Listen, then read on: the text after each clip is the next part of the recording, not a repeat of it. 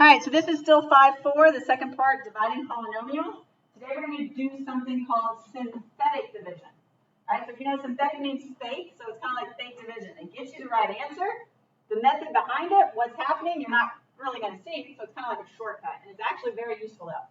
So we're dividing the same kind of problem, x squared minus 3x minus 40, dividing by x plus 5. So what you do is you take what you're dividing by, and it's in the form x minus a. You're going to need this a value right here.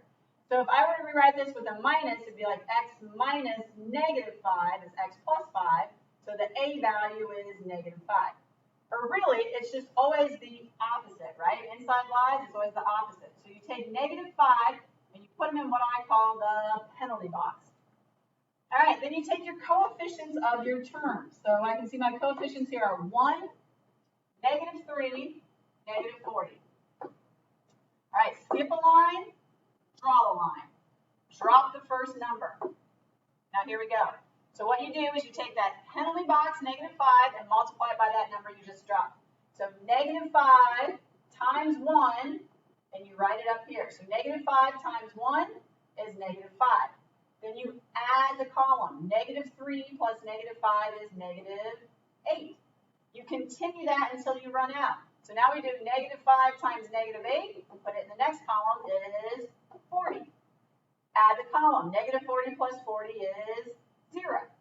So then what I have here, this 1, the number that you dropped, is always 1 degree less than what you started with. So we started with a 2. So this is x to the power of 1, right? This would be x to the power of none. And then this guy is your remainder. So this would be x minus x to the power of 0 is nothing. So it would be x minus 8. That is your answer. You would get the same thing if you use long division. So let's try it again.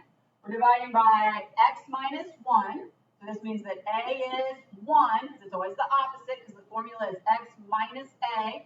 So minus is in the formula, so a is 1. So we put 1 in the penalty box. Then our coefficients would go x to the power of 3. So we've got 1, 3, negative 1, 2. And you represent every exponent. So if one is not occurring, you would represent that with a 0. We'll see that here in a minute. So we're going to drop the 1, and then we go. 1 times 1 is 1. Add the column. 3 plus 1 is 4. 1 times 4 is 4. Add the column. Negative 1 plus 4 is 3. 3 times 1 is 3. 2 plus 3 is 5. So then this is always 1x less. So if we start at x to the power of 3, this is 1x squared plus 4x plus 3, remainder 5.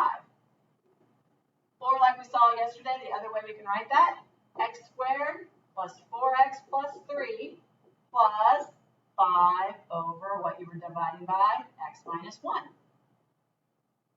So, is it faster, easier? Probably absolutely to both. What happened to get that answer? Looks like it's hidden in there. It's fake. All right, so we're dividing by x plus 2.